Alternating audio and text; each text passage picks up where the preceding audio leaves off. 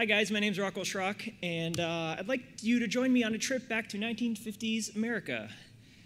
We had this great little thing in the US called Project Orion, which was a early space development program, which, believe it or not, was a way to propel rockets into space using a series of nuclear bombs exploded behind the spacecraft. Yeah, I didn't make, this is crazy, but it didn't work out.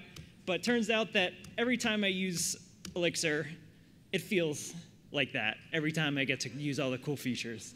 So let me share a couple of those with you that I've learned over the past year. Let's talk about pipes.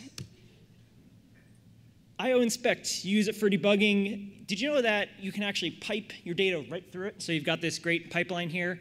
If you want to, say, inspect this change set right before the repo operation, bam, just throw it right in the middle. It'll print the inspection value out to the console and pass the value right through it. Really, really handy. Did you know that you can pipe into a case statement? So again, you've got some really long pipeline. You want to do something based on its result. Just bam, just throw it right into the case and do different operations based off of pattern matching. Let's talk about pattern matching. Kernel.match. This is a really, really cool macro that you can use to basically turn a match into a Boolean, like a truthy value.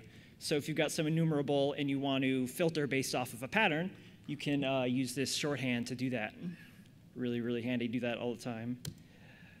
Did you know that regular functions can have multiple clauses, but anonymous functions can have multiple clauses as well? Here's just a quick example. You can just use any kind of pattern matching or guard clauses in there. This one I don't use very much, but when I use it, it's really handy. You're familiar with happy path programming? Well, this is sad path programming. It's a logical opposite.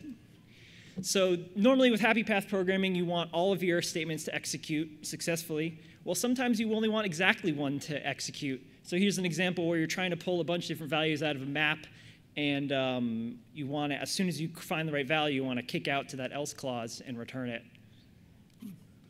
Really good for kind of fuzzy or search applications like that.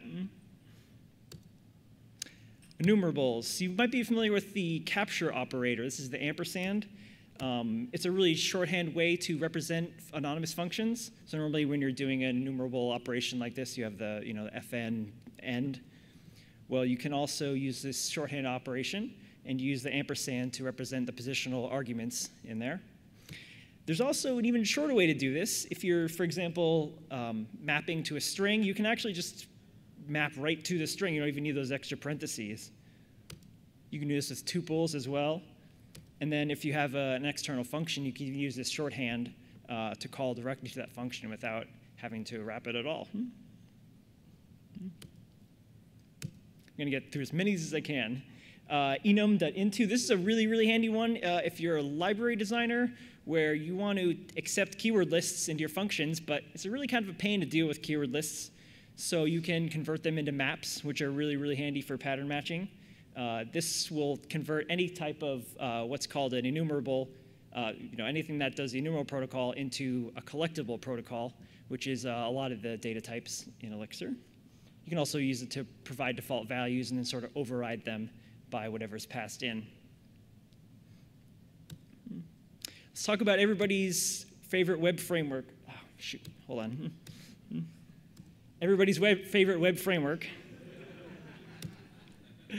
You can start an IEX session, interactive Elixir console, and you can start a Phoenix server, and probably the most useful thing is to combine these. So you can actually have your Phoenix server running and interact with it in real time, which means you can talk with the gen servers, you can interact with your repo, manipulate everything while your server's running. Do that very, very often. While we're talking about IEX, there's all kinds of cool stuff in there. You can reload and recompile a module at runtime without having to quit your session. You can, if you accidentally put a value out on the console, you can grab it using this v macro. You can get your docs right in IEX. There's all kinds of cool stuff. Just type H. You'll see it all there. I got 15 seconds here. Let's jump to overriding controller actions. I do this on pretty much every Phoenix project that I've done so far, where you can actually, this is explained in the Finger controller docs, but you can actually override the default action handlers to pass in whatever arguments you want to provide contextual information. So that's it. I'm out of time. Thanks very much, guys.